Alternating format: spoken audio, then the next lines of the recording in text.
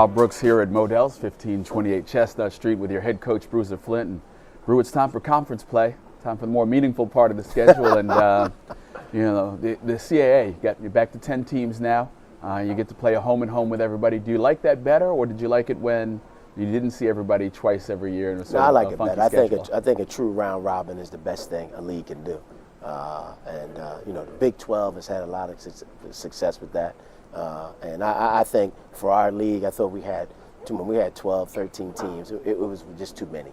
I didn't think you get a true feel for who were the better teams in the league, because a lot of them had to do with who you're playing in terms of your schedule. So you can get a false sense, especially for a mid-major league. You know, you can get away with that with one of the bigger conferences, but you can't get away with that with a smaller conference. I think the even number is great for everybody, so you get a better feel for who's who, because everybody gets to play everybody. Do you think the CAA is settled at 10 teams, or do you think there's a chance that the numbers might grow a little bit? I hope they settle at 10. You know what I mean? You know, I don't see who we're going to bring in. You know what I mean? But you know, I'm not the commissioner, so we'll see what the deal is. But I think the number is great. I think the number is where it should be. And like I said, I think it gives you a better feel for what are the better teams in the league, because everyone plays everyone. You talk about the better teams in the league. Northeastern has got Etherton back, Quincy Ford back from injury. They look to be one of the stronger teams in the league. How do you see your Dragons matching up with Northeastern this year? I mean, you know, those guys returned a lot of guys from last year. It's funny because we laugh as coaches in the league, because the top two teams, Northeastern and Hofstra, won a combined 18 games last year, and they were picked as 1 and 2 in the conference. But they do return a lot of players, and Hofstra returns got a lot of transfers, guys who were sitting out. So, you know, Etherton is one of the best. He had one of the best seasons. Almost averaged a double-double last year at Northeastern.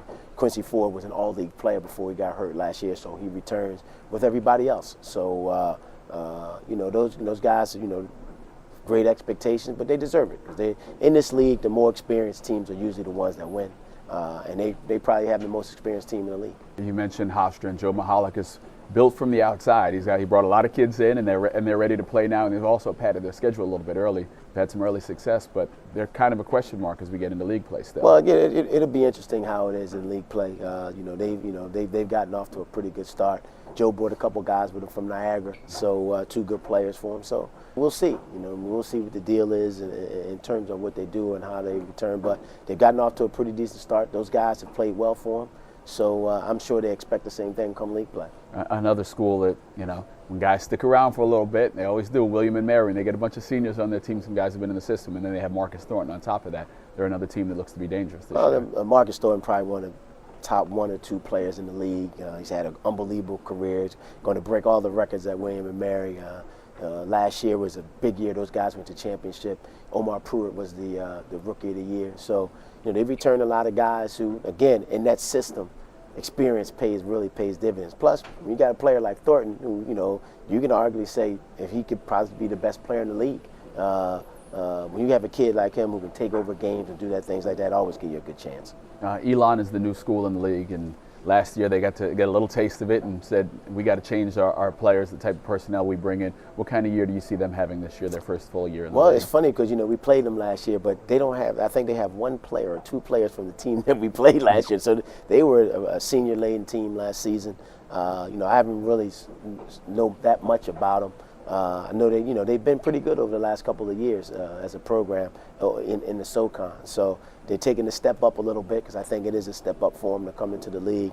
I know in talking to Matt, he said that when we played them last year, they let him know, okay, these are the type of players they're going to have in the CAA. But they haven't gotten off to a bad start either. I think they play pretty consistent basketball, and we'll see in the next week or so how they do. Well, you guys got to get healthy. You got Austin back, and he's going to be ready for league play. Rosalie Tay, everybody, you got to hope that you're moving in the right direction as you get into league play. I hope so. I hope we are moving in the right direction. We got to play better too. You know what I mean? As much as we talk about our health, again, with the hand that we have dealt, we got to play better. We got to play better. We got to play more as a unit. We got to sustain some things. We haven't. One of the things I think that's really hurt us in the preseason is we haven't been able to sustain anything. So we got to sustain ourselves. A little bit of that has to do with youth, because we got a lot of those guys out there. And our better players got to play a little bit better for us. Rodney, Tavon, they got to be a little bit more consistent. Dame, those guys got to be a little bit more consistent out there. And hey, you know, I always break the season up into 3.